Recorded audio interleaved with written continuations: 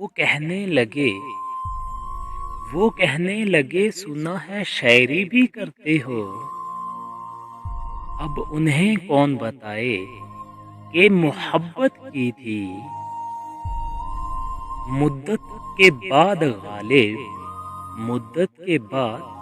गालिब उस लापरवाह ने हाल पूछकर फिर वही हाल कर दिया। मैं चाहूं भी तो वो अल्फाज न लिख पाऊं।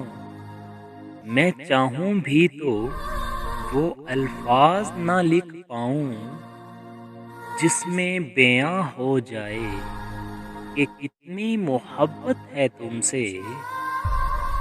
मोहब्बत इबादत बन जाती है एक मुद्दत के बाद। मोहब्बत इबादत बन जाती है एक मुद्दत के बाद।